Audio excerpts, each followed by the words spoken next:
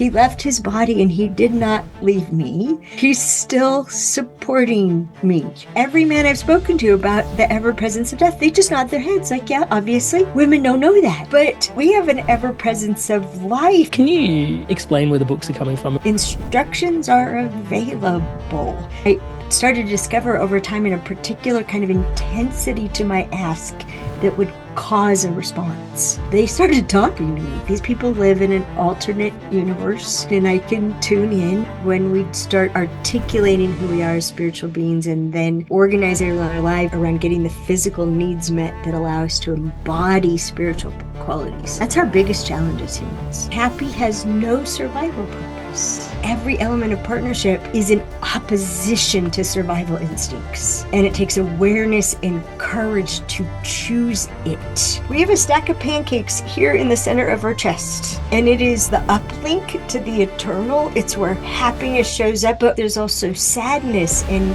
grief and love. We won't ever receive more love from another person than we've granted to ourselves. What creates the space in our bodies to have the feeling of love for another person is... There's a book that you absolutely love, and it's the dictionary. Where did your love for the dictionary come to be? How was this forged? And tell us about this love for the dictionary. I was 20 years old, and I had done the S training, and I'd gotten accepted into their leader program, which application I had before I ever did the S training. I just knew I was supposed to do this. And so we're going back to 1981 now.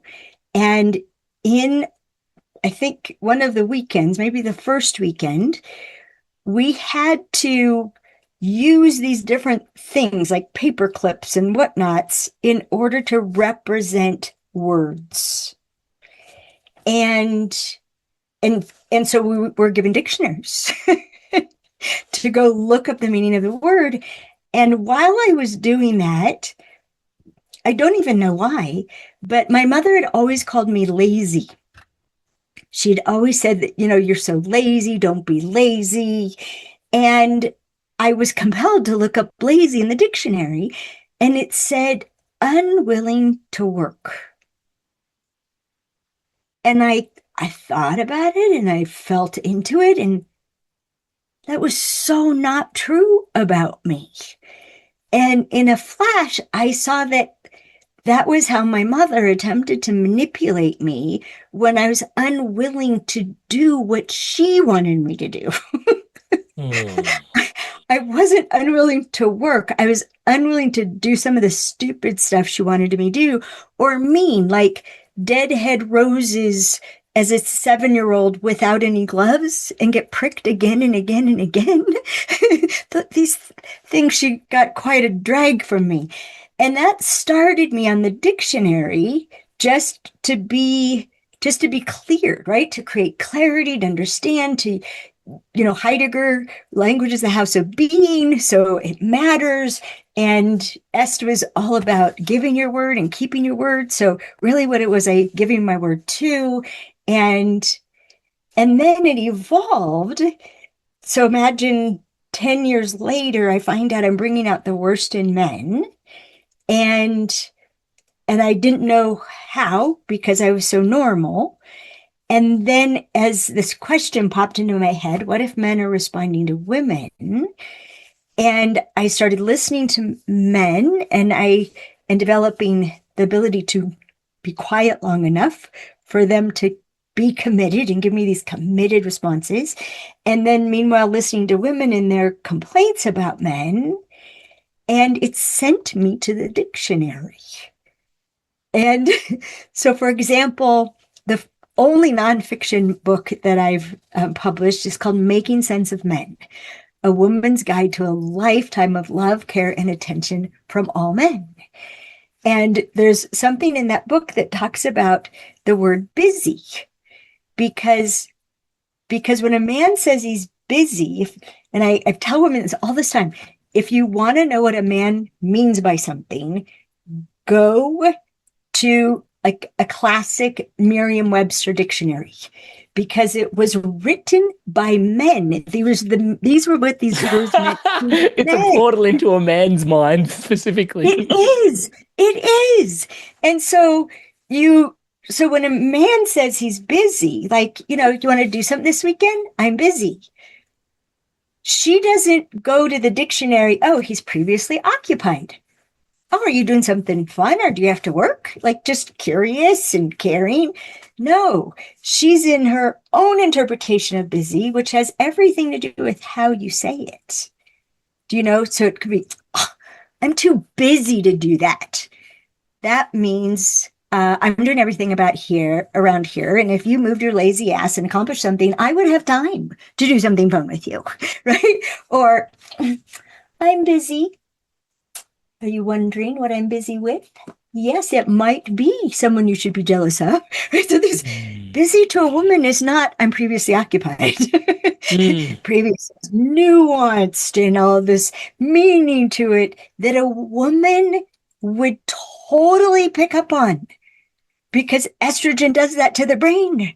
We're very sensitive to the tone and what it implies. And this is how we end up in these mental machinations and then we accuse a man of doing something for a reason that we've decided he did it based on what that would mean if I had said it. And then you guys are like, I didn't do that at all. And we're like, see, you'll never admit you were wrong. You'll never take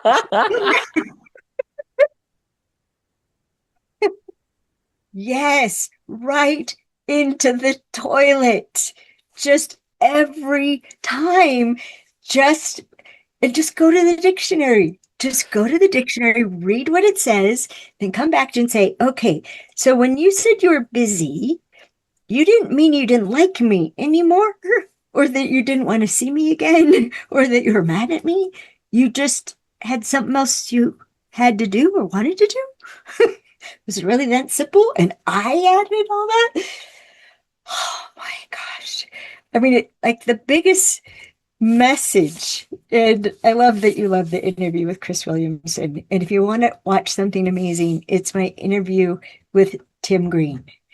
I'll check it And out. he was asking me, like, is the source of all difficulties in couples misunderstanding? And I have worked, right, for more than 3 decades on understanding men, understanding women, understanding the dynamics, understand how we could partner even with opposite instincts, understanding all this stuff. And yet, it's so much worse than misunderstanding that it starts with a misperception about which we have a misinterpretation. So, like, for example, testosterone configures the brain for commitment. It configures the brain for a committed state of mind, results, destinations, goals, even accomplish a good nap, for gosh sakes, right? But it's all committed. And then as soon as a man commits, his brain screens out everything it thinks is irrelevant to that thing he committed to. So, I mean, recently, like last summer, it dropped into my head the ever presence of death. Well, and every man I've spoken to about the ever presence of death, they just nod their heads like, yeah, obviously. Women don't know that. We don't have an ever presence of death. We're afraid you'll die, and then who's going to protect me? But we have an ever presence of life, and we're in the embodiment of the presence of life, and we're monitoring how life is doing all the time, and where is it thriving, where is it squished. It's why we hate hurt feelings. It's why we get so bummed when a father yells at his son and we see this shrink, and we like, right, and we don't know where it comes from. We don't know his intent. We don't know how resilient that young man is. There's so much we don't know. And so, but like a man is just focused on something. He's doing what he's committed himself to doing. Men flipping through channels on the television and then saying nothing's on. There's nothing on. How can there be nothing on with over 400 channels, right? How can there be nothing on, right? But just flip through, there's nothing on. that doesn't mean literally there's nothing on. Just like it when you say, what are you doing? He says nothing. That doesn't mean literally nothing. It just means there was nothing worth committing to. Or when he says he's doing nothing, he's not producing a result right now. But that doesn't mean he's available for what you want him to do. Men actually build testosterone by resting, by doing nothing. So all these things, right? This is me and my mind and tracking and working it, and it all started with a dictionary. And I still go to the dictionary. And when people are in formal courses of mine, like our online curriculum, or I do live webinar curriculums, it's completely normal to get a list of definitions. And like our understanding love and commitment, I think it has 4 pages of definitions because we're so disconnected with the reality of what's happening in that domain. So yeah, and I also use dictionaries and give the definitions so they know what I'm talking about. I'll even say, this is the one that I'm using in this context. Again, for clarity, so we can find our way to new ways of seeing things and more powerful ways of interacting with them. You didn't know that question about a dictionary has such a long answer on Oh, I was it. hoping it did. I was hoping it did. Touch wood. It's because it's ever present, and the clarity, to your point, it's so fascinating because, yeah, even the fact that we say words, I mean, to each other, we're literally talking past each other in many ways, and it's not even just genders talking past each other. I think even people in the same gender are talking past each other. And having something like the dictionary again helping clarify, it is still a map of meaning and just an interpretation at the end of the day. But, at least it can, we can coalesce around it and get more fundamental, because underneath there's all the things that are happening as well, which I'm excited to dive in to today. I also wanted to take a moment. So there's the dictionary, and how does one start a conversation with you about Greg? I don't even know how to get into it. Maybe you can tell us a little bit about Greg and just the dynamic that you guys had. There was a point where I was tuning in, and I think the quote that came to me from it was, he said, "I love you." And then you said, "But you don't really like me right now, do you?" And he was like, "No." And it was such a portal into the depth of, um, yeah, just a mutual understanding and the differences between, there was so much in there. But Yes. Greg, I mean, yourself, I mean, because Well, it's been a formative part I of, he's been just your guinea pig in some ways. just to be clear, um, the person that I said that to is Dan, not Greg. Oh, my And apologies. Thank you so much for yeah, clarifying this. Yeah. it's okay. And Dan he started out as a lover and then a boyfriend, which I resisted. What does that mean? If I'm your girlfriend, what am I accountable for? What am I agreeing to? Don't tell anybody I'm your girlfriend until we've talked about this. and and he came along a year and a half after Greg died, which was 7 years ago on Monday. And what's funny is, well, I don't know if it's funny to people or not, but Greg abandoned his body, which he never liked. It was too slow. It was too heavy. When he was told that he was from another planet, and that's why he had trouble getting along being an executive at a major, very normal corporation, it was like the best news he ever got. He felt so seen. I'm literally not from around here.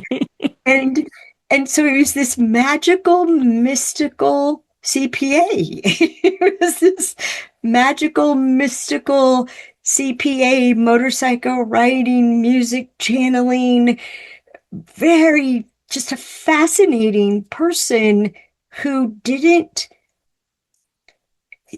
he spent way more time listening than talking. And so even as we're I mean, he said he never wanted to move again, and I figured out how you get to never move again and deal with your stuff is you die. And so I have, his motorcycle and car magazine since he was 13 years old, thousands of these magazines, but then all thousands and thousands of words that he wrote in a scribble I can't read, but it's poetry. He wrote poetry. And so a very, very interesting man who fell in love with me at first sight, but thought I must be taken. And then when we did have our first date, wanted to know what my dreams were. Well, gentlemen, if you want to ask a substantive question, that would be the one to ask. If you want her passion to fly, what she really cares about to fly, if she has the guts, the courage to cough it up, it's so telling. But little did I know, and he wasn't my type, so I was honest, right? I wasn't trying to preserve anything. But little did I know the way he was listening until it got unpacked years later, that when I said I wanted to have more kids, I had a son from my first marriage, and I gulped and said, and I want to be home to raise them, which in 1991, a feminist saying she wants to be financially supported, that's bipolar. Yeah, kind of bipolar. Yeah, touch wood. But I said it. I meant it, and I said it. My son had grown up in daycare, and I wanted to be home to raise my kids. Yeah. Little did I know that on his side of the table, he was thinking, and she should have 2 girls. And then I said I wanted to have a foundation to support good works. Found out later, he thought, oh, I want to fund that. Well, his foundation turned out to be me, my good works. And he never expected me to make a dime. Never. Even though after he did the budget, he says, we don't have enough money for me to buy a book. I'm like, what do you mean? Because we have $5. When I add all this up, he was an accountant, right? We have $5. You can't buy a book for $5. I'm, of course, thinking there's got to be books you can buy for $5. I don't see the possibility, right? Nothing's impossible.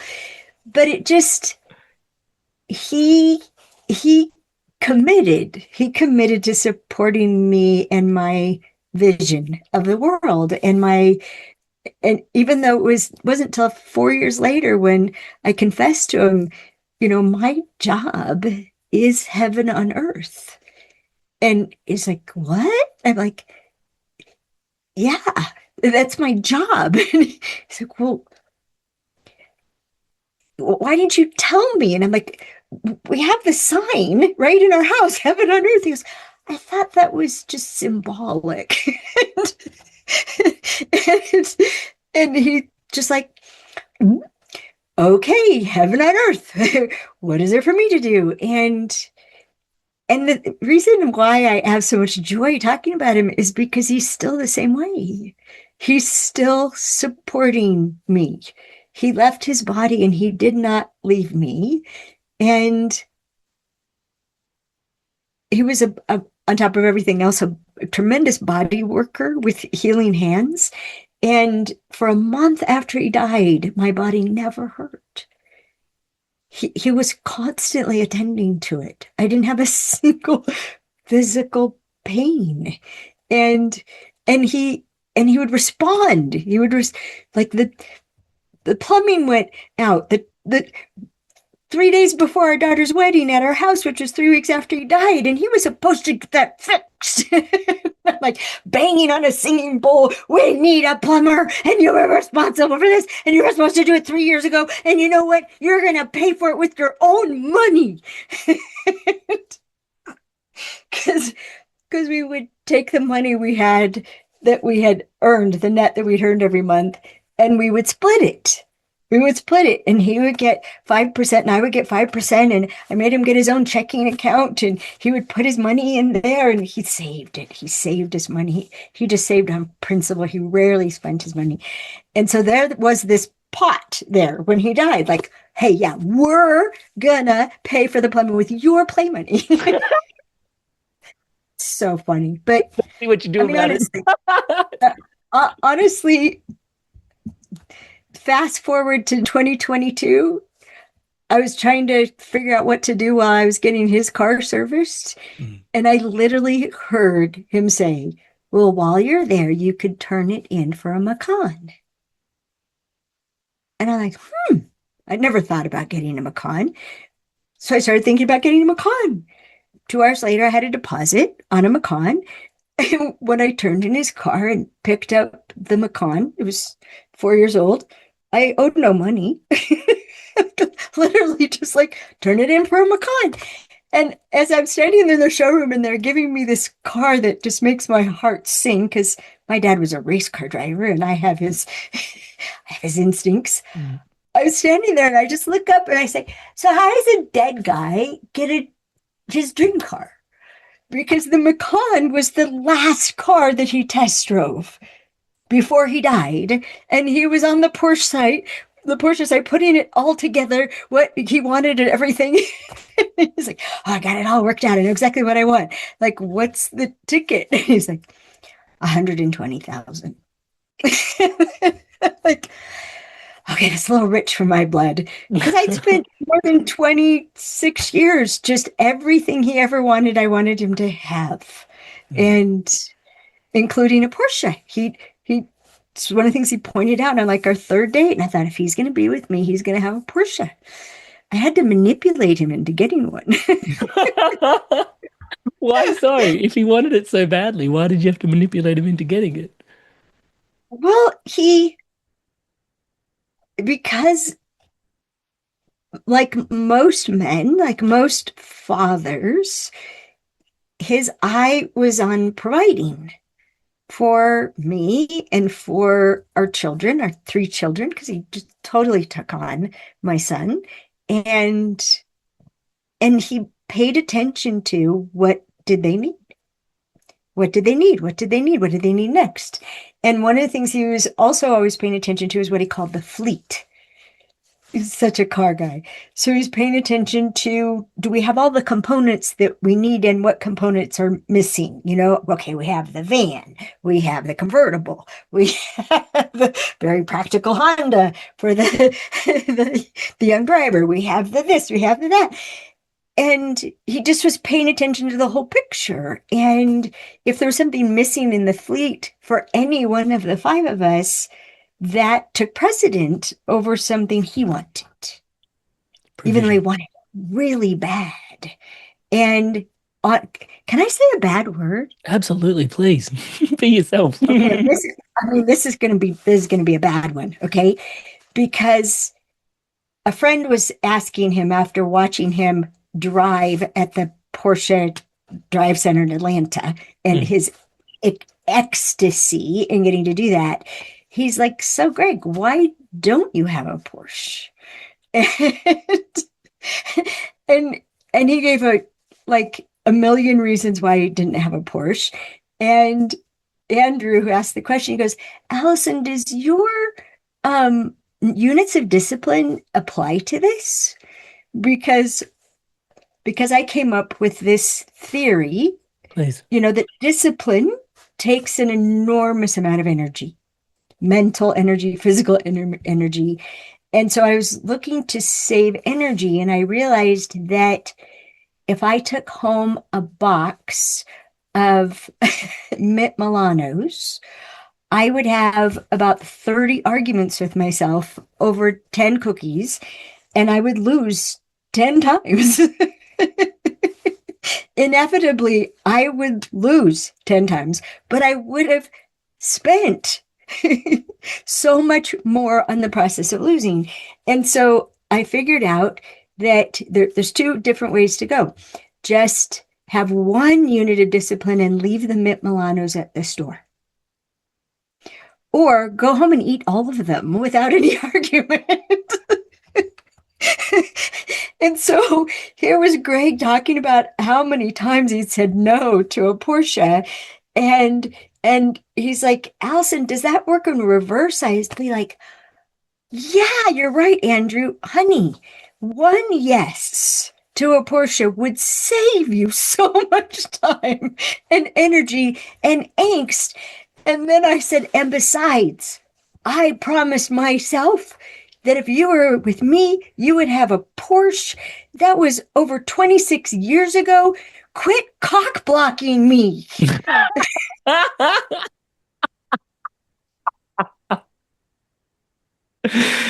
But it points to a thing. It can be hard for men to receive. Oh, it's hard for all humans. It really is hard for all humans. And I think it's harder for men because it's hard for all of us because it feels out of control.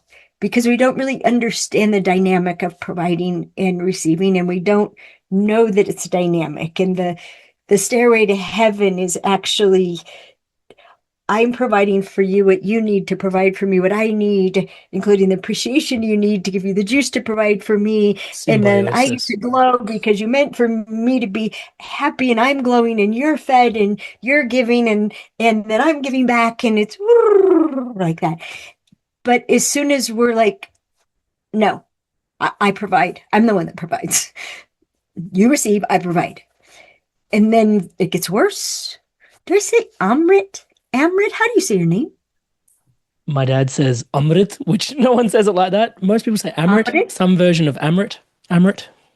Amrit. Your dad says Amrit. Yeah, but He it's super rolls the Indian. R. But yeah, we roll R's on everything in Punjabi. Oora, era. There's like da. Right. I've been trying to teach I my haven't. grandkids it. I haven't. That particular Well, sound. But yeah, Amrit. Sorry, totally digressed you. no, it's totally fine. I meant to ask at the beginning. I like to pronounce people's names the way they like it pronounced. And but I mean, Greg, he called it the great trick because I was trying to give to him and he was just a wall, just refusing. And I got really mad. He's like, "What are you mad about?" I said, "Do you think you're the only person in this relationship that needs to give?" And he's like, "You need to give?" Yes, I need to give. And he's like, "So are you saying that if I received, that would provide something for you?" Yes. And that made it okay for him to receive. He received in order to provide, and he called it the great trick. And he still never got amazing at it. Dan, my partner, gosh, going on 5 years. Is it 5 years? Um, he's amazing at receiving. And because of interacting with him, I got to see because I paid a lot of attention for 30 years to people getting what they need and how important it is that we get what we actually need to be the people we're committed to being. But I just, by being with Dan, I've seen that the fulfillment, the sweetness comes from getting to give what I need to give. That's where fulfillment shows up is when someone allows you to contribute to them what's yours to contribute, what's your self-expression, what's your unique way of loving and caring. And if someone's like, no, thank you, no, thank you, no, no, no, no, no, no, thank you, no, no, fine, I'm fine, I'm fine, I'm fine. We get like constipated, right? We're like, it's gotta go somewhere. And and we will find someone who will let us give that because we've got to give it. And I think one of the most important things people can do in our inspired evolution is really think about it. What is it that I need to give? What do I need to give in a marriage? What do I need to give to my daughter? What do I need to give to my son? Important to separate because they're all different, right? And each son, when you're three, are involved, they're all different. What do I need to give to him? What do I need to give to this little one? What do I need to give to the big brother now? And then ask permission. would you let me? There's something I really need to give to you. Would you let me give it to you? Because human normal is decide what people need, make a plan, provide it, and then try to extract the amount of appreciation necessary to replace the time and energy and resources and maybe self-sacrifice spent on doing that. We've got to extract all that energy from the person, but they may not actually value what we decided that they needed. And a huge kind of respect is saying, there's a problem I'm perceiving. Let me know if I'm off. It seems like, and there's something I would like to do about it. And I'd like to tell you what it is I'd like to do about it and what it would require of me. And knowing all that, would you have me spend that amount of time and energy and resources on that or on something else? We call it the great give. But we decide and provide. Everybody decides and provide. Even children decide what their mothers need. Your son is already deciding and providing for his mother, and he'll decide and provide for his little brother and his next little brother, and it's just normal. But on the other side, it can occur like disrespect. This is my life. I don't think I need what you're pushing at me, but it's so much a part of normal human that we push and we take. Like that's normal. Push and take. That's survival. That's transactional. Not providing and receiving with open hearts and willingness to be wrong and seeking clarification. Does this really matter to you? Because I want to do something that matters to you. That's also an expression of me. Hey there, Inspired Souls. I wanted to take a moment and thank all of you that are subscribed to this podcast. Everything you see around here, like I like to say, touch wood, is powered and empowered by your subscription to this podcast. It costs you nothing. It's completely free. There's a button down below. It lights up in the colors of the Inspired Evolution when I say the word subscribe. And if you can hit that button, hit that bell notification icon, it's completely free. It gives you the opportunity to support the channel so guests like this can come on and share their insights, share their wisdom. Every week we do 2 episodes a week. And once a month we actually gather with the guests inside the Inspired Evolution Community Circle. Here, if you start to fall in love with the content, just know that's the space for connection around the content. It's the Inspired Evolution Community Circle. We affectionately call it the Circle. The center's empty. It's not about Amrit. I'm just one of us. And once a month we get together and we run kind of like a podcast where you guys ask the questions of the guests when they come on. We also gather once a week. I guide meditations. There's community sharing circles. If there's astrological updates, there's breath work. There's a bit of yoga. There's all sorts of cool stuff happening inside there, and lots of people meeting people in person as well. We've done our best to make several live, interactive, connection oriented, so it's less there is text-based connection, absolutely, but it's this opportunity to really connect, especially as we move into this Aquarian age. Yeah, we're going to need Aquarius rules community. We're going to need more community. It's about the I and the we. Pisces had the fish, schools of thought. This is all shifting under our feet right now. So as we're looking for tribe and connection, Inspired Evolution Community Circle, come on in, give it a whirl, yeah, and just see if it's for you. And it really supports the channel as well. So thank you so much for all of you that are part of the community and supporting the channel and this work, doing the things that it's doing in the world. Really, really, really sincerely appreciate you all. And we'd love to welcome those of you that are inspired to evolve on the inside. And I'm mentioning that as well because today's episode goes super deep, yeah, and it's conversations like this that we're having inside the circle amongst a community of peers. So if that sounds inspiring to you, do check us out, inspiredevolution.com/circle. Actually, I made 4 dot points coming into today. I wanted to talk about needs, I wanted to talk about expectations, I wanted to talk about feelings, and I wanted to talk about emotions. So I definitely want to get there. But if we can for just a moment, that would have been the perfect segue. So pardon me for doing this. You're fine. There's also, because I'm just trying to, there's the diction. There's obviously a lot more elements to this that make up, Alison Armstrong, who she is. But one of the other pieces is these books.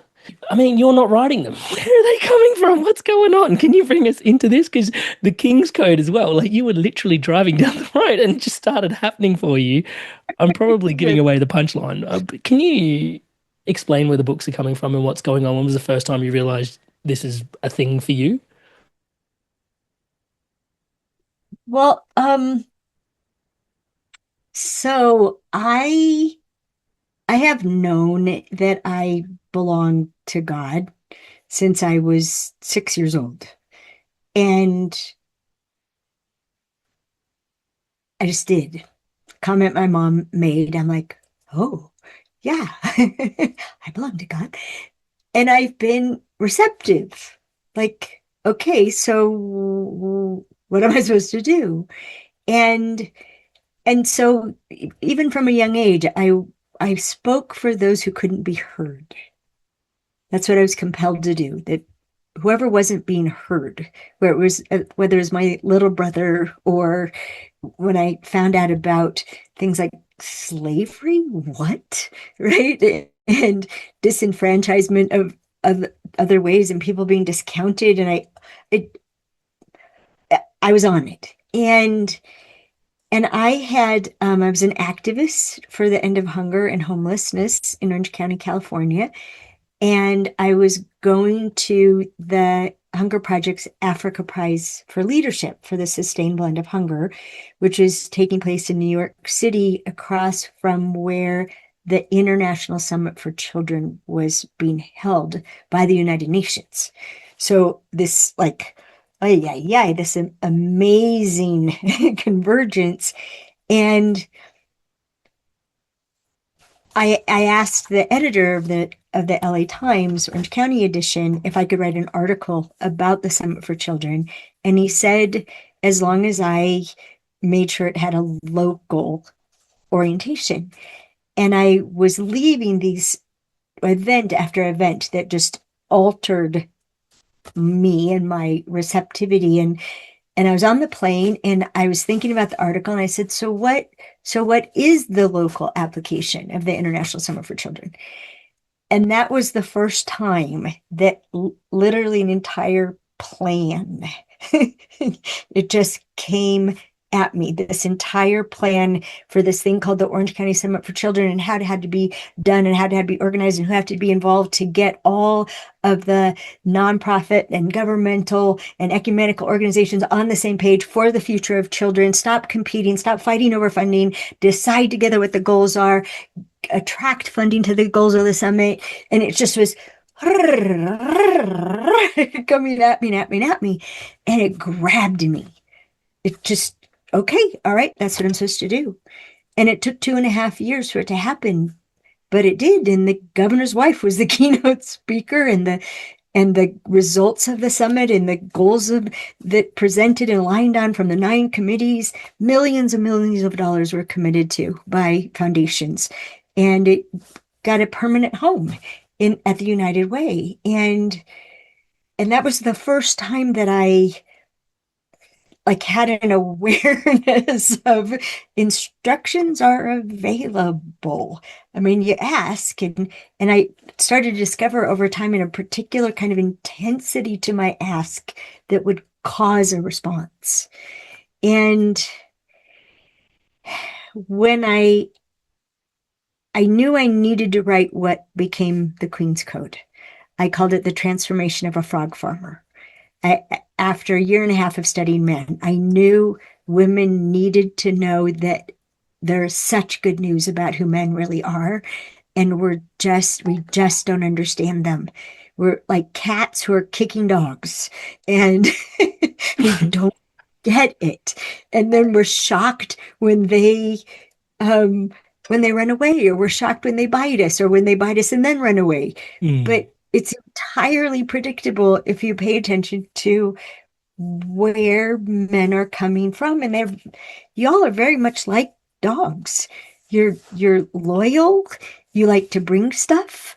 Um, you're always happy to see us. You're bummed. You're so bummed if we think you did something bad, right? And ecstatic if we think you did something great. And then what else can I do for you? What else can I do for you? And I mean, it's beautiful, actually. And so I know I had to write the Queen's Code, what became the Queen's Code. I didn't know how. I didn't know enough to make sure that the information wouldn't be used against men. I knew I had to write it in a way that would be what I think of as a fairy trap. And I realized really early on it had to be fiction. And it had to be compelling.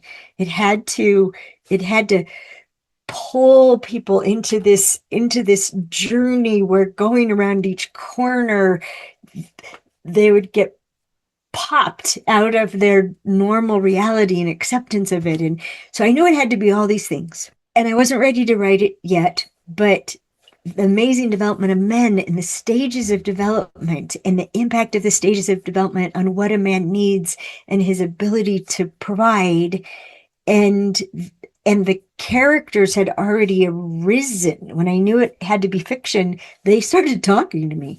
I literally wrote the beginning of the first chapter on the ceiling of our station wagon as I was being driven home in the wee hours of the morning from Oregon. And so I knew what it involved. I needed all this research. I would write notes about make sure it has, and I just put it in this file. I just open the file and stick it in. I have a deal with the universe that anything important will come back around. When I went to write Keys of the Kingdom, and then when I I went to like that write the one. Queen's, yeah, when I opened it for the Queen's Code, it was the same note again and again and again that was in there, the exact same thing. And so funny. So I didn't know these things that were happening in this mystical way elsewhere, that they would be involved in the book. And until I sat down to write the Keys to the Kingdom, knowing it would be about men becoming kings, and I had an outline and I expected to sit down and write. I'd been a ghostwriter for a few years and just sit down and write. And then it's right here. The screen opened up and a movie started running, and it wasn't going according to that line at all. What the heck? But I just started typing, and it took 8 days to type Keys to the Kingdom. It's like 46,000 words, maybe 43,000 words.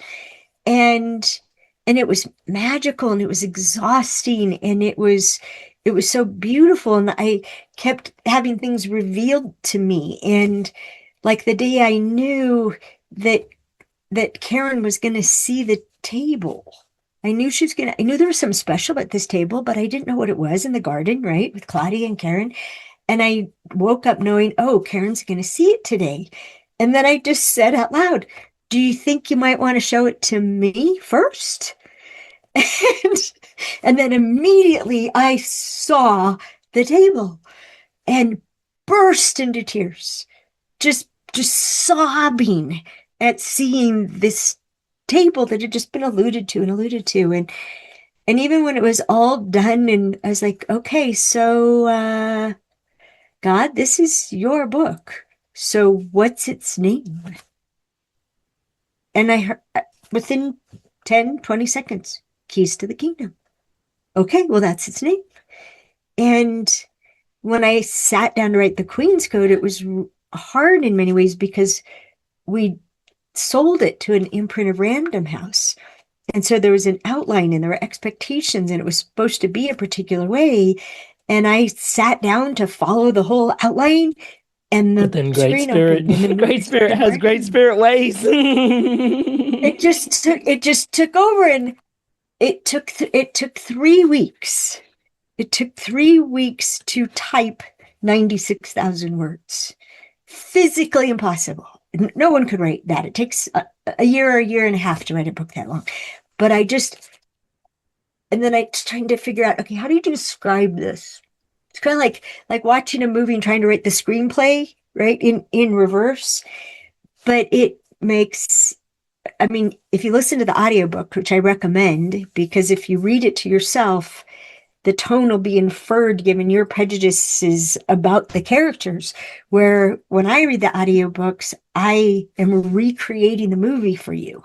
I'm not a voice actor, but I can't not in a, in the commitment to being true to these people. And it really occurs like that. These people live in an alternate universe and their lives are going on, and I can tune in. And it was Greg died in 2019. So in 2017, I was given the first preview of the sequel to The Queen's Code. And my reaction was, I can't write that. I have no business writing that. And I just kept it at bay.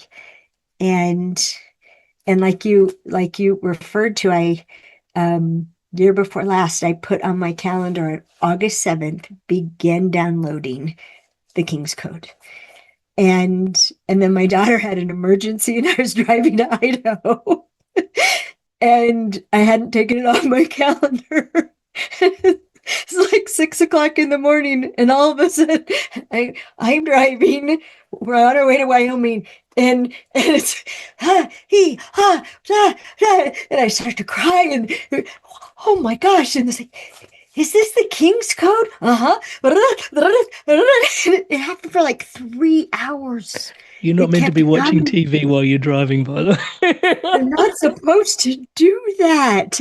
I'm looking through, right? And ay, ay, ay. So mystical, magical. I I've led 11. I call them your Queen's Code journey.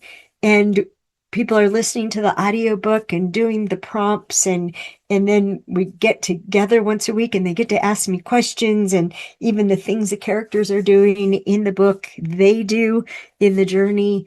And I listen. I listen to the book.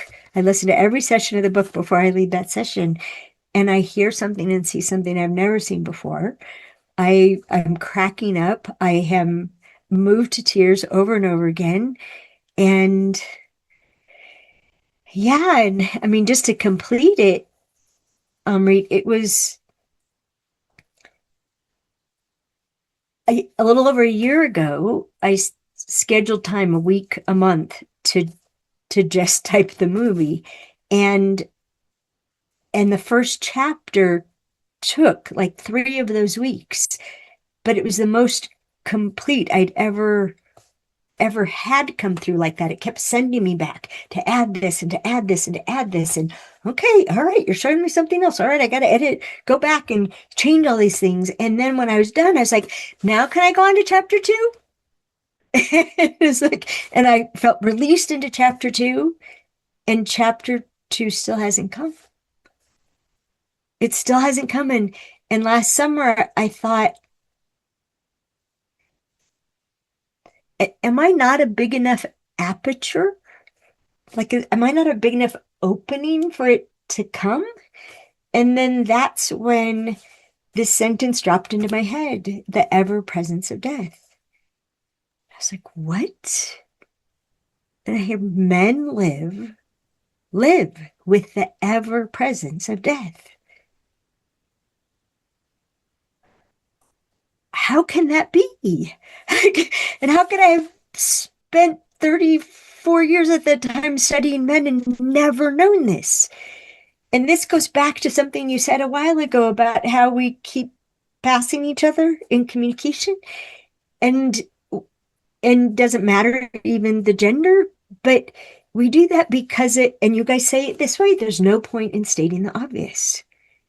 And I say the ever presence of death, and you nod like every single other man has nodded since last August when I started saying, can I ask you about something? Also quite tender for that part of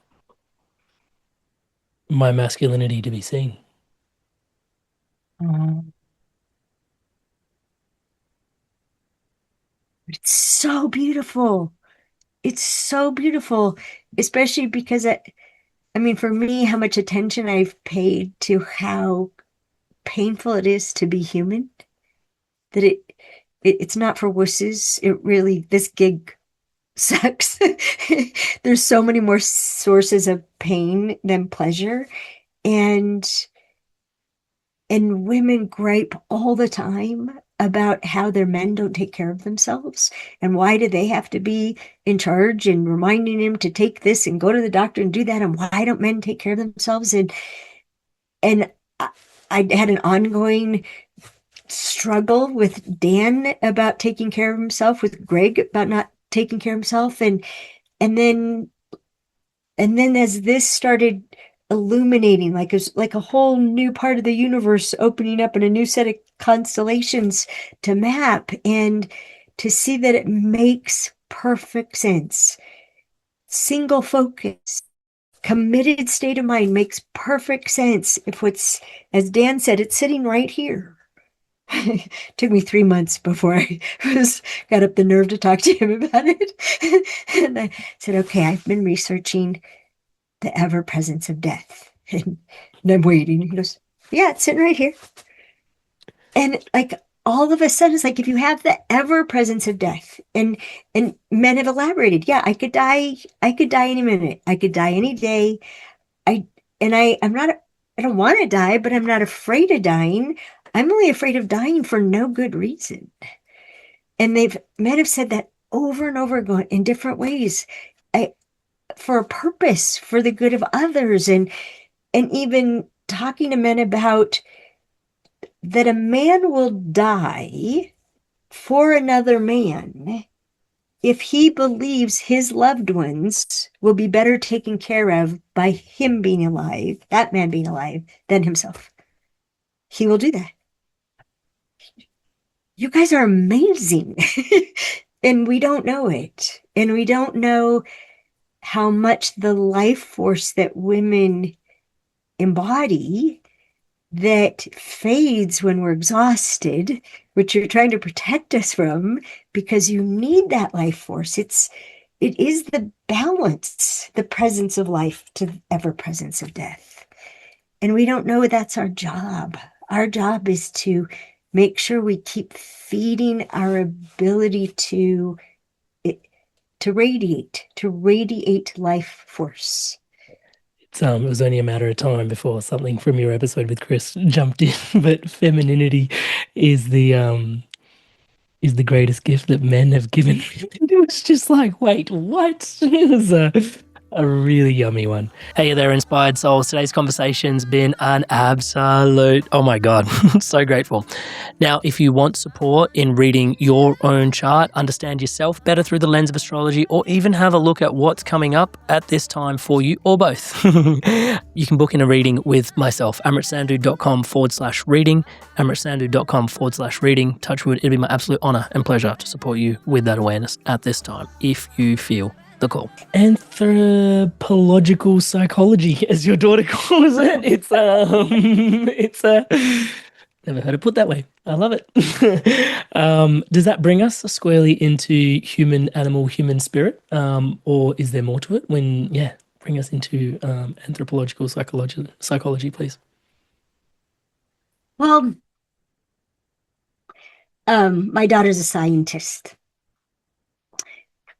And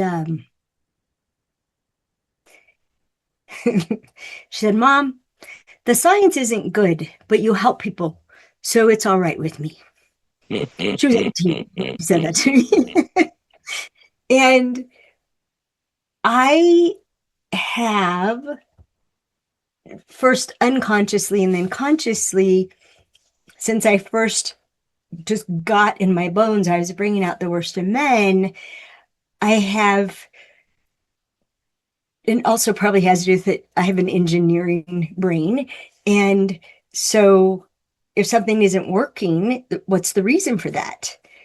Do you know, a physical thing, we even think physical things are misbehaving. Oh, this stupid toaster, right? Instead of, okay, it's not producing toast.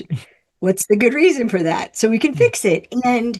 And so in the beginning, as what I had been learning about men was coalescing, and it was all these characteristics that I'd identified, like competition and the need to win, and even defining the game in order to win. And if you can't see a way to win, you can't play. What if there's a reason for that? And men's relationship, I need, I get, and how men behave when they need something. And it's always like an eruption, right? And finding out, oh, single focus has it beneath the surface and the hunger is growing and then it breaks through the single focus, or the sex drive is growing and then it breaks through the surface and you can't think about anything else. And it's just, and so all these things of what if there's a good reason, what if there's a good reason, what if there's a good reason. And in the beginning, in 1995, when we started our workshop, what I could see at that time was that the survival of the human species is the good reason for the characteristics of men. And everything could go back to that. Every single thing could go back to that, except, and I don't talk about this much because it's dangerous.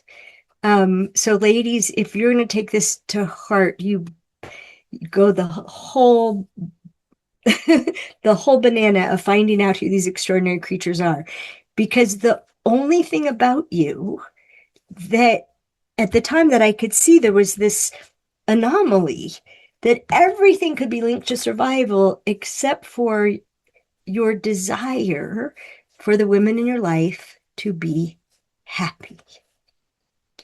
And happy has no survival purpose, none whatsoever. And then I started exploring happiness as a spiritual quality and the effect that happiness has on us. And literally how that got into, we have two different nervous systems, right?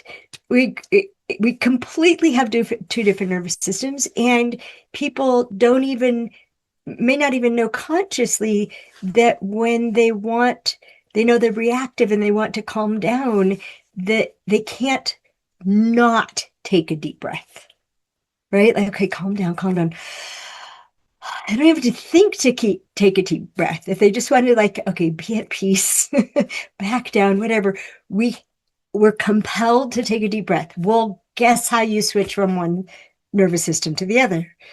And the more consciously you know that, the quicker you can do it, the more profoundly you can do it, right? Like, take a deep breath and exhale for longer than you inhaled until you feel your lungs pressing against the vagus nerve in your spine. And then all of a sudden there's a space in the top of your head, which also called the crown chakra, and the place of awareness that, oh, isn't that fascinating? This came out of my mouth last fall. Oh, and the crown chakra, isn't that interesting? The limbic lizard brain is here. The prefrontal cortex is here. And to get to the executive override, you pass through awareness. Like, then, so all these, like, this field and that field comes together. And then I just started paying attention more and more than that. And one of the things that came out of me this morning that I never expressed this way before, and it's why I interact so much, because they pull things out of me. Totally. And that, well, it was about femininity. What is femininity? And what showed up is all of the qualities. If you're going to list feminine qualities, you could list the many, if not most, of those same qualities in describing masculinity. And Really? it's just, yes, yes. I've never seen this before. And the difference is energetic. So one of the things that I know folded into this was I was preparing a group for the only course I lead in person anymore. It's in Canada and it involves horses, and it's phenomenal. And it's about the elements of partnership and how do we partner. And every element of partnership is in opposition to survival instincts. And it takes awareness and courage to choose it. And I was talking about clarity. So, and then this morning I was talking about clarity, like in all of these qualities, like take clarity in femininity. If you look at it the way that I have observed it, feminine qualities always exist in space. They're it's a space. So clarity is a space that's being held in which things clarify. And if you think of femininity like a uterus, women can have babies because of an unoccupied space. That's really the basic difference between us is we have a space. And so all of femininity is our spaces, like compassion is a space, right? But clarity also exists in masculinity. Clarity, like, which is really more like a penis, like an erection, more specifically. It's cutting through, make way. So clarity can also be incisiveness that just cuts right through confusion. Feminine and masculine, same quality, but exists in a totally different energy. The energy of femininity is the energy of inclusion and an invitation. The energy of masculinity is get stuff done. It's going to cause proactively, where femininity is causing by being a space in which that can't not occur. A space of compassion, understanding blooms within it, for example. Serenity, space of serenity. And this is, I learned about femininity from men. You guys wanted to talk to me about the power of the feminine, and I had no idea what you're talking about. I'm like, what do you mean by that? And then go on and on. And it actually changed how I saw women. I never recognized femininity, let alone how powerful it is. It just is a different kind of power. And and I and my one of my first breakthroughs in trying to teach about it had to do with chess. Because I looked up, I knew it had something to do with feminine power has everything to do with being a queen. And so Right. I looked up queen in the dictionary, and it's at first it said the wife of a king. Now, my inner Job done. feminist, Job done. my inner feminist, was pissed at that. And then it said a woman who rules in her own right. Well, that's better. Yeah. And then the best one was all of all was in the context of chess, able to move any number of unoccupied spaces in any direction. Yeah. Yeah. It, while the king is going one step ahead. Shush you. Don't you what? Boom, boom. Get her done. Get her done. Get her done. Get her done. Thanks, thanks for adding, thanks for adding the baritone tone to give us something. Sound good while we're doing but it. but It's important to us, all but right? again, yes. But what if, and I said this at Sacred Sons, I'm like, single focus screens out everything irrelevant, including danger. You are hunting what you're hunting. And estrogen creates diffuse awareness. We can't not scan for danger. So when you're focused, let me have your back. I will see what you do not see in the pursuit of what you've committed to. Mhm. And and we actually need the getter doneness of masculinity. We need it, and it turns us on. It's that's hot, the getter doneness. And except for when what you screen out is me. You say you're doing it for me, but you're screening out me and what I need what you're doing for me to have as part of it for it to be a bullseye. But we've never known we needed to communicate that. So you're just wrong for not doing it the way I would have done it. Yeah, and It this gets is where all the mixed up. And there's yeah. and that's so I started with anthropology and that this could all happen by evolution for the survival of human beings. And then as I kept going and kept going, it must have been a decade or more, and it became too elegant. Like evolution is not elegant. It's relentless, but it's not necessarily elegant. And so things happening by a survival driven evolution, the fittest, right? The Is me, um not me. are going to survive, right? No, it's too gorgeous who men and women can be for each other.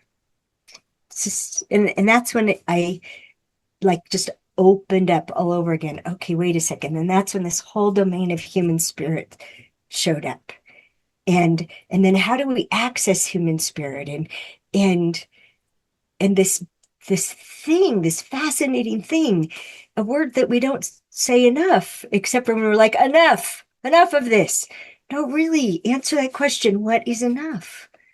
What is enough sleep in order to be who you want to be? What is enough time alone that you require to be the person you want to be? What's enough meaningful interaction, connection with other people? What's enough movement for your body? What's enough? And that when we have enough of basic physical needs for well-being, all of a sudden we have access to beyond that. So one of the ways you could describe my work is, okay, how is procreate, then protect, then provide, which I assert is planetary. How does this hierarchy drive this? What is the effect of, for example, emasculating men?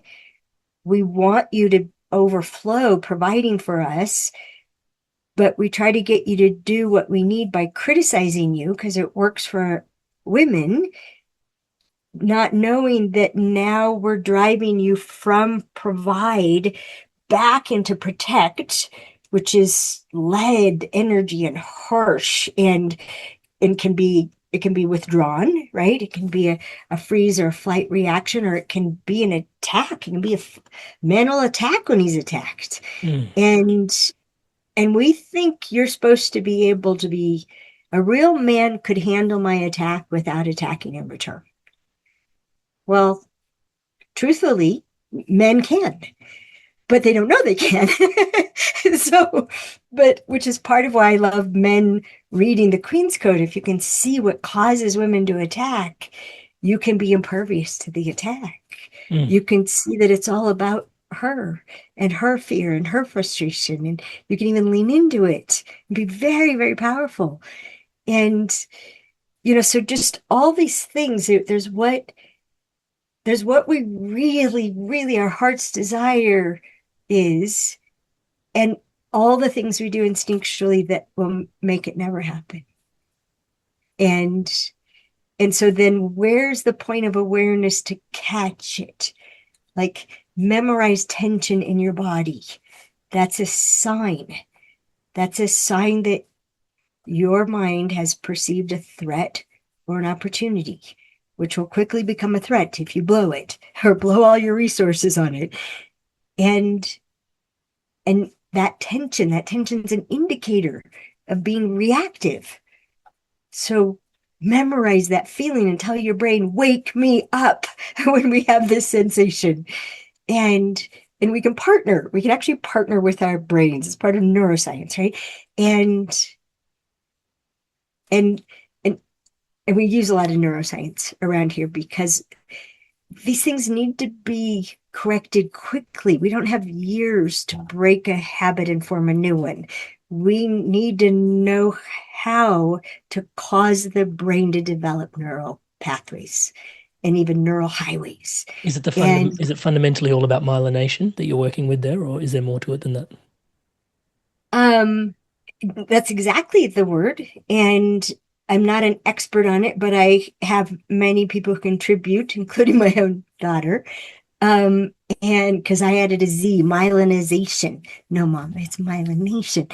And it is the brain depositing fat and protein in response to, and my husband studied this, that the brain is responding to passion and determination. And and unfortunately, when we've been shocked, trauma has so much energy in it, it simulates passion. So so we have trauma and the myelination, it it goes. But if you're passionate, say for, I mean, they've shown like if someone's passionate about learning to play the piano and their brain is examined when they begin and they go after it, they'll actually see in the brain energy in different parts of the brain that wasn't there before as a result of that passion and determination. And it's why we celebrate around here a lot. Like in our Understanding Men online course, when I'm talking about all the ways that women diminish men. And I'm like, so how many of you are really good at that? And they know that their job is to do the notice dance, to raise their hand and then celebrate. I noticed I do that. And the brain's like, really? You want to notice? I've been keeping this from you because you don't like to feel bad. You want to know about this? Okay, I'll show you. And they have to keep welcoming it. Thank you, brain. Thank you. Celebrating the pattern interrupt. Yeah, yeah. You have to. And it's interrupted by awareness. And if you don't celebrate awareness, the brain says, fine, I'll go back to sleep and save calories because that's what I'm designed to do.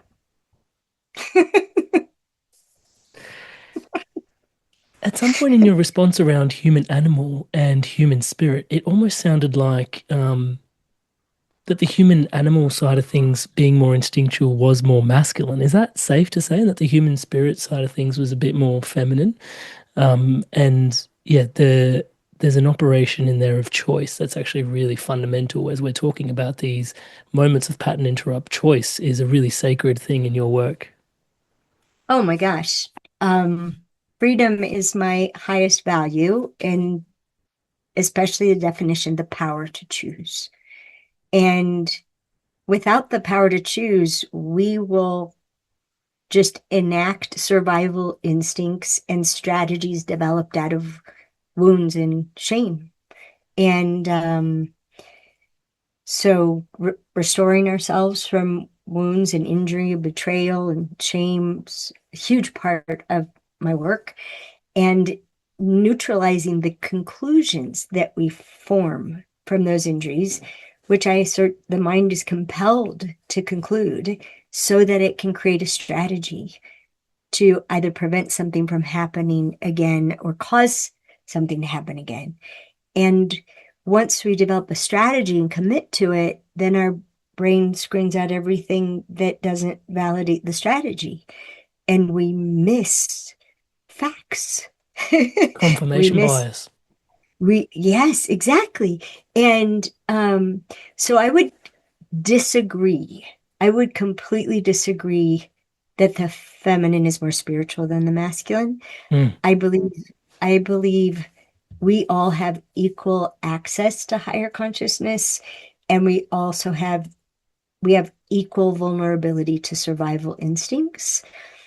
It's just the way that most women go about surviving, given the awareness of being the smaller and weaker sex. We're not direct about it. We're sneaky. We manipulate. And it's not just that women manipulate, humans manipulate. Your 5-week-old son, give him about maybe 2 or 3 months and he'll be manipulating yeah, you already. third boy, Pavlovian wah wah bottles coming. Yes, I'm Pavlov's dog. Yeah, and but they're we're so perceptive. He will manipulate you differently than he manipulates his mother. Um, but he's got to because the word is precocial. When something is born with everything it needs to survive, it's precocial. A horse is precocial. Humans are not. We can't even lift our own heads. We need these people to survive. So we need to learn how to get what we need from these people. And so It fascinates me deeply that because I'm super present to them just because of the stage I'm at in my life with 3 kids under the age of 4, there's a Yes. very different type of intelligence that's residing there. I think as we mature and grow up into our social places, whatever we end up doing with the work that we do in the world, the relationships we form, adult awareness sort of, I've been saying to my mates, it's like having kids is incredible because you have a second childhood. Touch wood. But it's exhausting because you're not actually a child, right? Like it's brilliant. Touch wood. But there's Right. this intelligence that is so unlocked. There are like actually, it feels like, just feeling into the field, there's like 16 different intelligences around them, and none of them are as linear as the linguistic intelligence that I deeply rely on to get through my day to day and interact with society at large around me. And so I'm watching them like, how is he attuned to the fact that his mum's just walked into the room while he's over there? And I'm convinced children and mothers share a nervous system because it's the only way to help me make sense of things around my own house. But it's fascinating the different types of intelligences that are actually there at the earlier stages. And then how we get groomed out of certain types of intelligences, and different types of intelligence being given priority. Yes.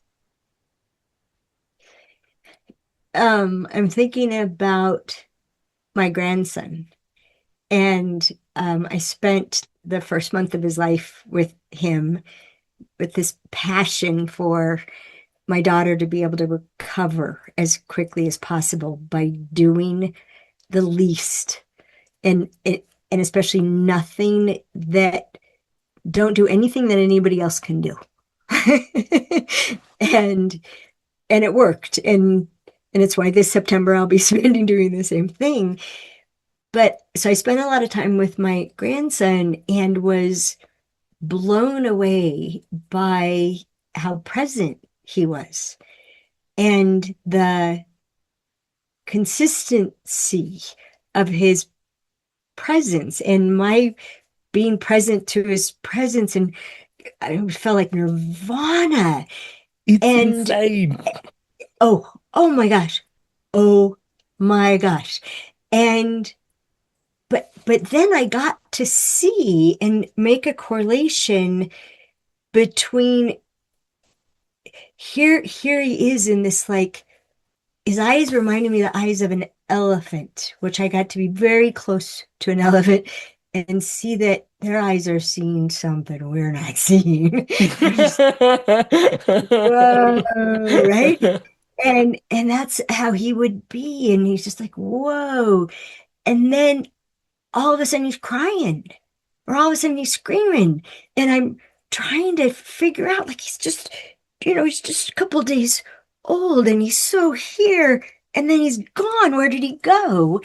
And I got to correlate everything that happened that just cut off his ability to be present was a physical experience that doesn't happen in the womb.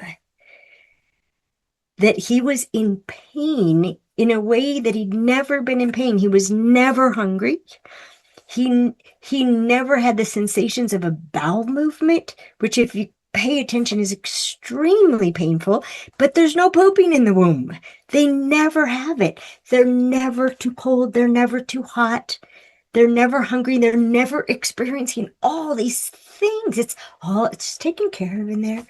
And he would, and I started to see, like, oh, he's having a human experience now. Okay, so just be with him while he's going through this. And fortunately, my daughter and her husband had discovered the happiest baby on the block. Do you know that series? No, tell me Oh about it. my gosh, you've got to. You will love it because it's basically, if you think of it this way, that because of the sides of our heads Mm.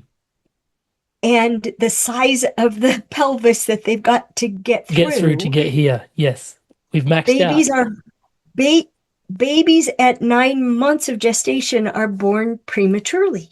Mm. And so in learning to interact with them, they call it the fourth trimester because he had to get out when he could, but still has the desire, the everything about the experience of the womb he's used to. That's safe. That's normal. He's used to it. And so if while he's having one of these abnormal experiences, you can bring in the snugness of the womb, the way that he's jostling around all the time in the womb, the way that the heartbeat is. First time I saw my daughter do this when I was changing his diaper and he was screaming, and she got right next to his ear and went, shh, like really loud. And I'm thinking, she's going to damage his hearing. He went, hmm? Just, it, he felt safe. And the doctor who produced all this, the happiest baby on the block and then happiest toddler on the block, it's all about just noticing what triggers a calming reflex, which then made perfect sense. Babies would have to have a calming reflex, or there would be no human beings. We would have all been eaten by tigers, right? They would have called the tigers, wah, wah, come eat us, right? You had to have the ability to just turn it off. And it changed me. I mean, I had three of my own children, and I would always try to get ahead of their upset because I didn't know how to deal with it effectively. And then when I learned the six different things you do to recreate the experience of the womb, and any one of them can do it, and you just work your way down the line, try that, try that, try that, try that. And it worked every time. And so I stopped trying to anticipate upset, which, I mean, this goes back to men and women. With opposite instincts, we set each other off so easily, and we're trying to anticipate the upset of the other person, but we don't actually know what we're dealing with. We try to anticipate by doing what we would need instead of finding out what they need. And the same thing, like here's this baby and we're trying to get it to be happy and stop crying and oh yeah, give me some peace, but not understanding what they need. And it's just, I just get the biggest kick out of when things make sense and you know that you got it right because it works, right? That's the test. This is the engineer's test, right? Does it work? Does it work reliably? Does it work sustainably? Can it be recreated by anybody if they did the same thing in the same way? Okay, we've got something here. And it's Yeah, your work does do that. And there's a little bit more elegance to it than even that, though. I mean, you've got this addiction to trim tabs because that it's come on, credit where credit's due. It's also your leverage is a thing in there. Leverage is a thing in there that you've deeply considered. yeah, I mean, most people don't know, they haven't heard of trim tabs. They're not familiar with the genius of Buckminster Fuller, and my dog's named Buckminster. And and yes, the idea that you find the place of the least amount of energy that causes an effect, that causes an effect, that causes an effect. And the trim tab was the little bit on the ginormous rudder that if you flipped it, it used the power of the water as moving through to move the rudder, which would then turn the ship. And but you just had to just flip a switch instead of get a whole bunch of people out of there to get it to turn. And like women so want to hear from men. We want to connect with you by you sharing with us. And so when they start practice waiting for the well, right? And just an imaginary tape and only ask questions you're willing to wait for the answer for. You commit to your question before you ask him to commit to the answer. And including however long it takes for him to search for his best answer, because that's what he's compelled to do. He's going to go find it for you. He's going to hunt it down. And you got to wait. And you got to wait happily. You got to wait peacefully. You can't be tapping your foot that he's misbehaving. And why does it take you so long? You're so stupid. And I think that one just, I tell women to count to 30 and that and that most answers will come in about between 18 and 22. And unless you're asking about important decisions, which he'll want to think about that, like the difference between where do I want to go on vacation and where should we go on vacation, which now we have to take in a lot of factories, including, the budget and the time and the and what you want to do and I want to do and where's it safe? Where's it safe? Where's it safe? And what about the currency? And but we think, where do you want to go on vacation? Where should we go on vacation? They're just slight differences. Then we'll ask one and you don't answer right away, so we'll ask the other, and then you still don't answer. So we give multiple choice, and we don't know every time we've disrespected, and communicated. I don't really care what you think. I'm just hoping you're going to say what I want. But if we wait and we listen to learn, right? Like women complain about what men talk about, and men complain about what women talk about. But if we listen to learn, like, what's real for her?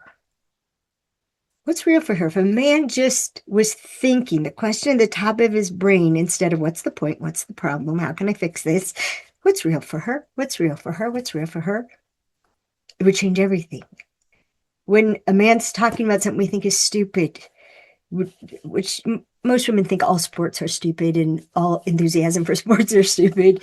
And what's one of the best ways I study men? I was going to say, except for you. Yeah, yeah, yeah. Yeah, And sports. all passions, no matter what they are for, they're gold mines, right? They're just a treasure chest. If you're paying attention, if you're listening, what matters to him? What does he care about? You can hear it in him talking about anything. And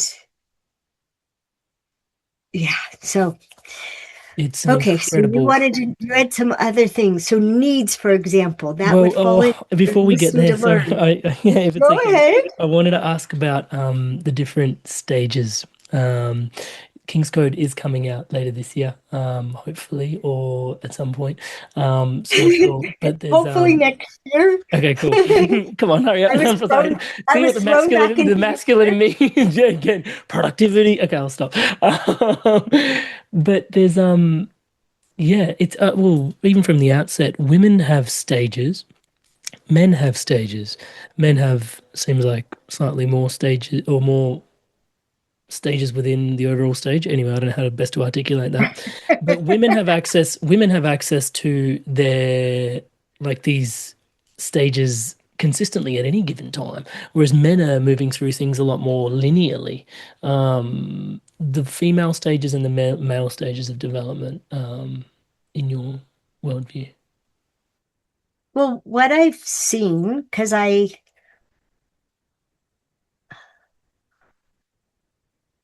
I'm willing to be wrong and I'm willing to have been blind. And so I don't consider any topic closed. Mm. I'm still having revelations about single focus, for example, which has been happening for over 30 years. And what we identified the stages of development, my best friend and I, um, we were kind of joking around about boys, guys, and men, and what's the difference between them. And and it was derogatory in the beginning. Oh God, guys. And then that was right at the beginning of me studying men. And then as I discovered I was diminishing men, that had to be upgraded to something that was honoring. And so that's where knights, pages, knights, princes, kings, and elders came from. Was, there's a good reason for this. And and yes, those stages are linear, and it's helpful for women to know that it happens to men, that you don't decide to be difficult. You don't decide to be obsessed with building your kingdom. You're thrown into it. And just like about a week ago, I suddenly saw how what throws a man from the late stages of being a prince and getting a whole bunch of points on the board, why does that throw him into the tunnel? And it was like another, like, Oh my gosh, of course. Of course, in the third phase of being a prince, when you've got so many points on the board, you're almost there, and you're present to your success. Well, of course, because of how men are, you're present to your success. What arises with it is what it costs you. And the sudden awareness of all the ways you betrayed yourself in order to be respected enough to build that, in order to be admired and approved of enough to get what you needed. And the lies you told, including to yourself, and the pretense, and then the shame that men feel that they did that, that they betrayed who they really are. So in the midst of this, celebrating this success, this, oh my gosh, but look what it's cost me. And like I talk about with Josh Trent in our last interview about when that shame arises, what do you do? Do you head into it and discover yourself? That what you're ashamed of is actually having betrayed who you really are. And you can find out who you really are by what you're ashamed of having betrayed. And, or do you blame the people who required that of you, that seem to have held out for that, that they wouldn't give you the respect, they wouldn't give you the love, they wouldn't give you the approval? Are you pissed at them? And that's how men can get stuck there. So yes, it's linearly linear, and it has its its dips and valleys and challenges and potholes Tunnels. um quicksand. Yes, exactly, tunnels. And what I found out just in my through my own life is that to the degree that a woman is in a committed state of mind, does have productivity as what she's focused on, like me, right? Like, how to get this information to the world. I have such good news, mostly in, some bad news. Yep, the problem is you're human. But what I discovered is that to the degree that a woman is focused and committed and goal oriented, she will have those linear stages. She'll go through it. And I discovered it by going through it and not even knowing I was in it until I started talking like a king. And I'm like, how did I get here? Oh my God, is that why the last 6 months of my life were the worst ever? So much pain ever? Oh, and then after Greg died, I was hearing myself respond to things, and I'm like, that's elder speak. Well, how did I become that? And so it will happen to some of us. And in the side of femininity, like what we would call the temptress, the mother, the queen, the physical aspect, the emotional aspect, the spiritual aspect of being female, yes, we can access those at any age, at any point. You, a girl is born with all of those potentialities, and it's just what's attended to, what's guided, if you will, nourished by others, and then how are we hurt, right? Like the physical aspect of women includes sensuality and sexuality, but also playfulness. And if we've gotten in trouble through sexuality, um, harmed in some way or shamed in some way, that can just get shut down. And then a whole aspect of that femininity, which is the invitation to participate, to play with me, play with me, play with me, that will get shut down. And so, yes, you're right. It's not linear, but there's a big difference between feminine and female. Oh, And female can be masculine and as feminine, you've just been and describing. male can be masculine and feminine. And the It, underpinning being connection and productivity. Exactly. You've been listening. Yeah. And but also really energetically. Is it energetically a space and an invitation and an inclusion, or is it energetically a disruption and make way?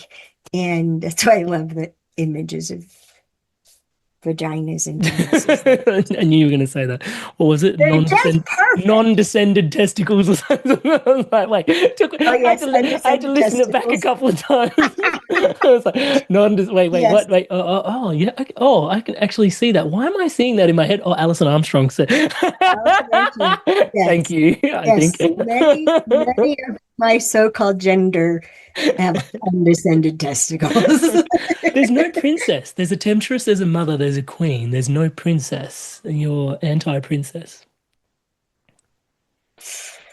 Um, we are raised and culturated either to be a princess or don't be such a princess. And I think it's actually, I think the little book is The Frog Prince, where the king is telling his daughter, who's very entitled and demanding, and he's like, you have to understand that you're not useful. You're not a benefit to the kingdom unless you're intending to be and being great. It's not all about you.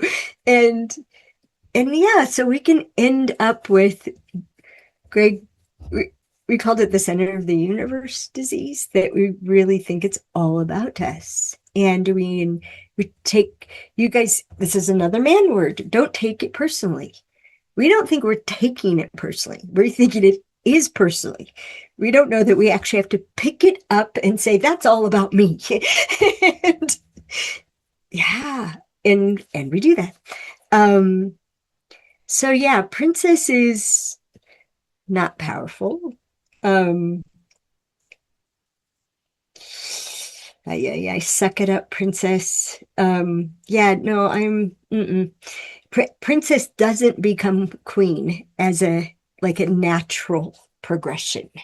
They're completely different aspects, and the queen is the spiritual aspect. And when we start articulating who we are as spiritual beings and then organizing our lives about around getting the physical needs met that allow us to embody spiritual qualities. That's our biggest challenge as humans. We have this sense of this magnificence, but if we're not embodying it, if we're not putting the feeling of that quality in our body, it is not available under stress. Cool. We're here. Needs, expectations, emotions, and feelings.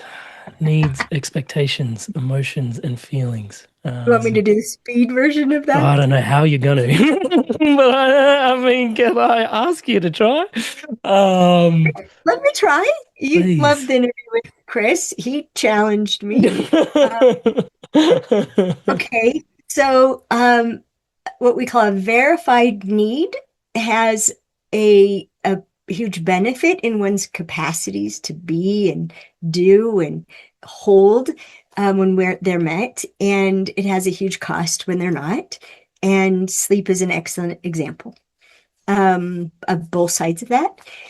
Expectations were just pissed when they're not met, but often there's no benefit of them having been met. Somebody did what they should have done. And this is one of the things that really harms us in our relating to each other, because why should I have to tell a man to do what he already should do? And then why should he be appreciated for doing what he should have done? That's what they think. And the presence of should is the red flag of expectation. It should be this way. I shouldn't have to ask. I shouldn't have to tell them what it would look like. I shouldn't have to tell them what it would provide. I shouldn't have to thank them. I shouldn't have to ask what's my part. I shouldn't have to remind them. Give me a break. Number one answer. What do you need to give me what you've just agreed to? Remind me. We think that's ridiculous. But you know yourselves, you know you're single focused. you'll know your mind will be on something else and it won't be tagging that thing along. Pick this up on the way home from work. So send me a text, remind me. When I remind Dan, it's in the form of thank you for picking up Power Greens on your way home. So it's the, Appreciation is like oxygen for men, you said. oh my gosh. Oh my gosh. Yes. Um, yeah, and wood. And I mean, we ask for fire without any wood, and we expect men to just burst into flames when they've never been appreciated for anything else they did before. And yeah, so expectations, they need to be Emotions. examined and Oh, sorted, absolutely. And there are needs that we expect and needs that we don't expect, and expectations that are needs and are not needs, and it's all mixed up and it's a mess. And I also would just say the word require in the dictionary. If you look up need in a man dictionary, not I'm suspicious of dictionary.com. Um, and it'll say a need is an urgent requirement of something. And many people have done better. We have a hard time saying I need because it has a lot of connotation of weakness. And if we say, okay, so in order to do that for you, I require lends itself to the in order to, because they're always connected, what we can do because of getting a need met. And like in order to be on vacation and be how you want me to be, I require a day of rest before we leave. and you can provide Oh, that to why me. can't you just rest when you get there? Not if you Mm. want me to be the way you say you want me to be. Emotions, someone said emotions are energy in motion. That sent me off on a whole path of noticing the sensations in our bodies that are moving. And they appear to be connected to the limbic system and the perception of a threat and an opportunity.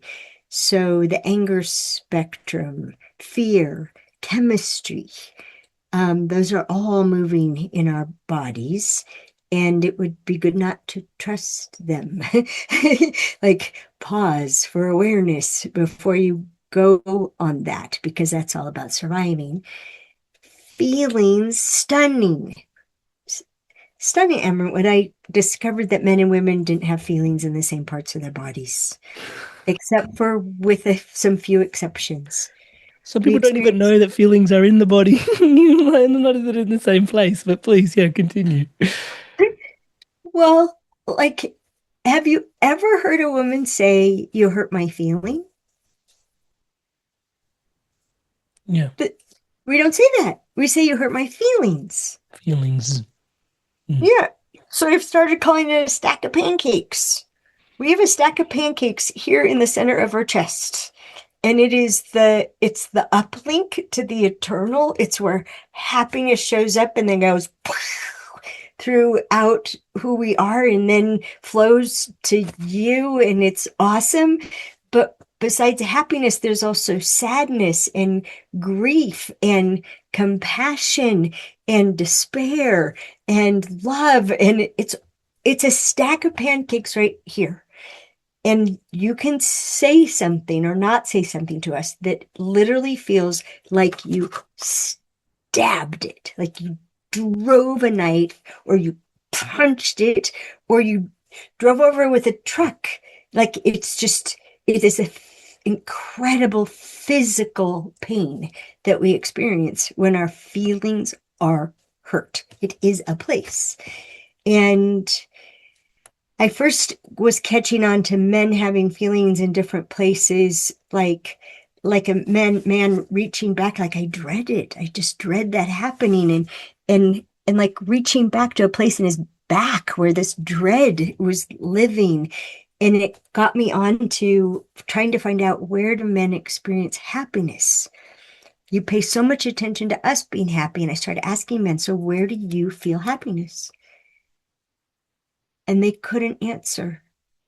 So I started proposing what I'd witnessed, asserting that men experience happiness in this parts of their bodies and their shoulders and up into their neck. And then a big happy goes down the arms and comes out in a high five.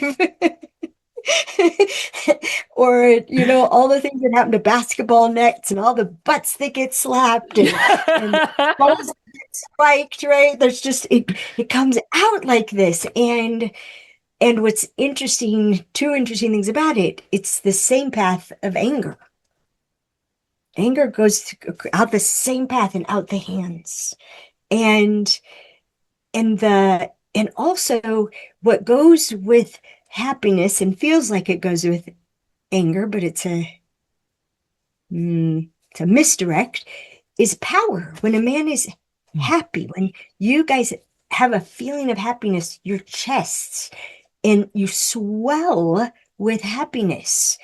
And this is why you're most likely to be attacked by a woman when you're happy, because it's terrifying to us. That much power. You shouldn't have that much power. We can't trust you with power. You'll use it, you'll do something bad with power. And so women attack men. Like they come, yeah, I did it. Yes, yes, yes.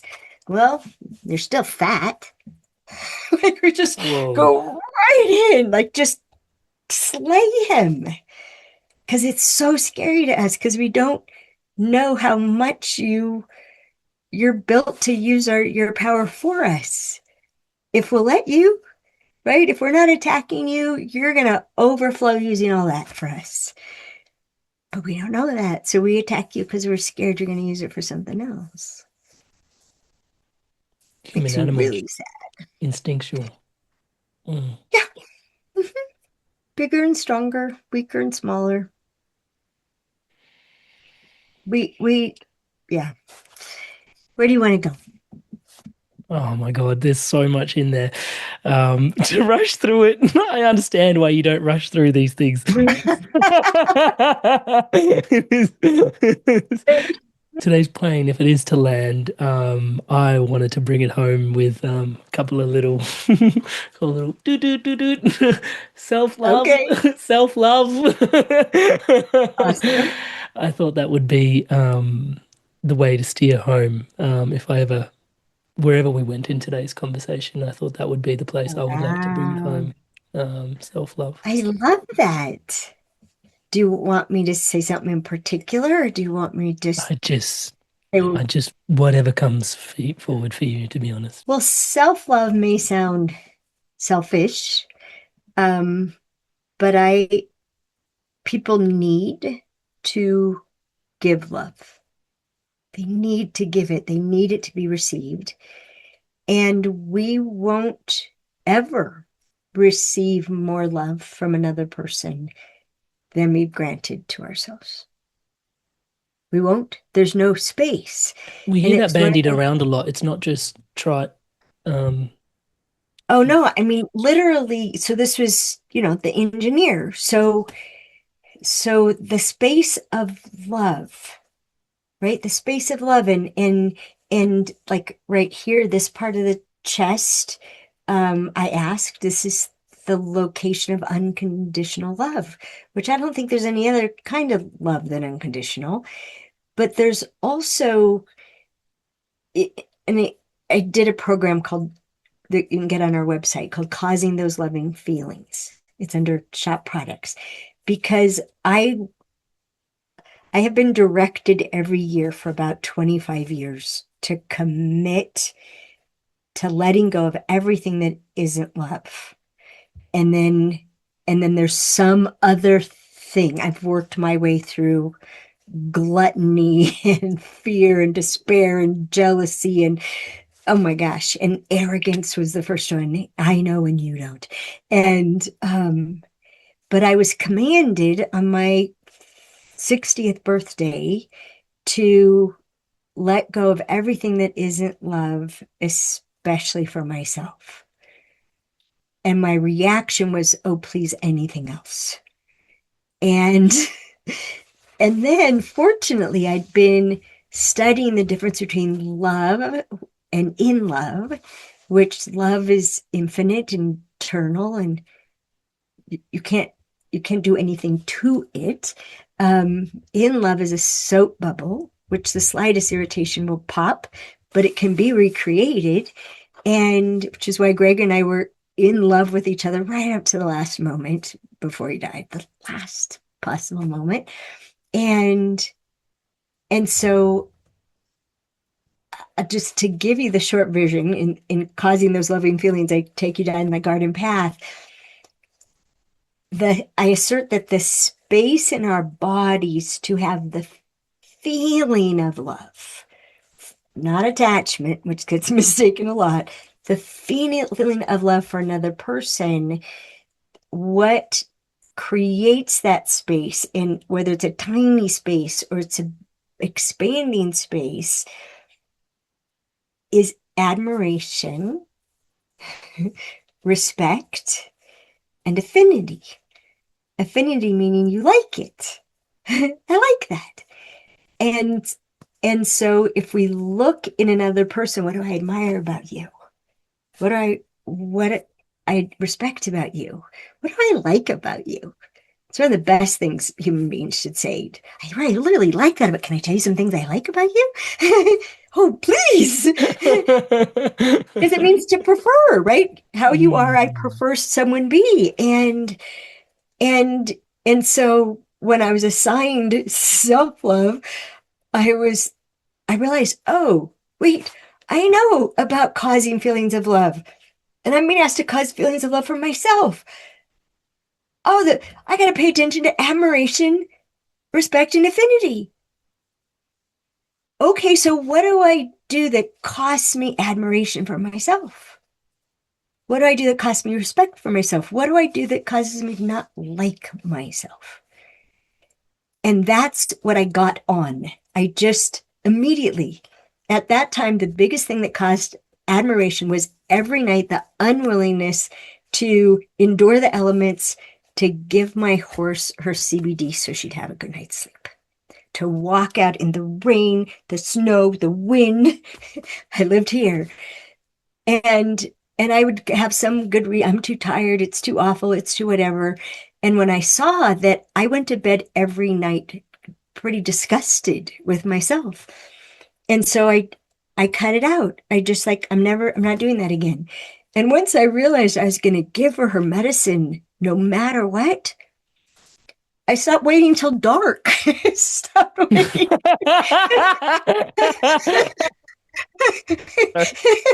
It lasts for about 12 hours. She just needs 8 hours of sleep. I could go out there. The wind died down. Quick, give her her medicine. The look at the forecast. When is it? Like, when am I going to be tired? Before you turn the movie on, go give her her medicine. And immediately doing that day after day after day,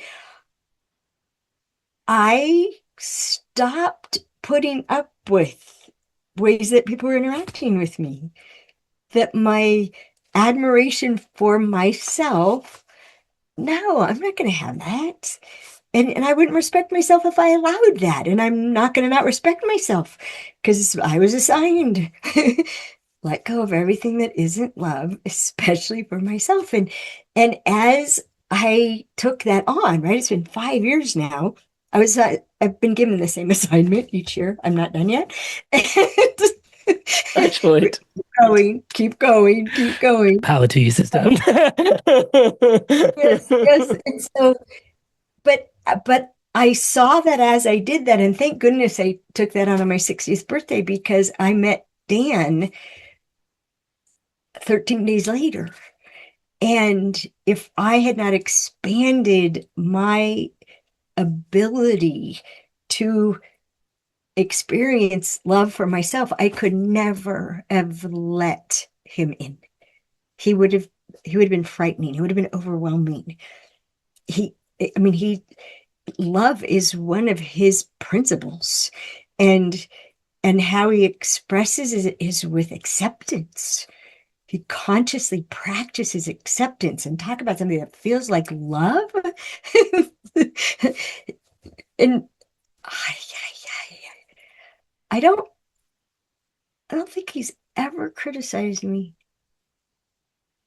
If so, he took it back. There's nothing left. There's just Even his nicknames for me, there's no criticism in it. He'll go, okay, Priscilla.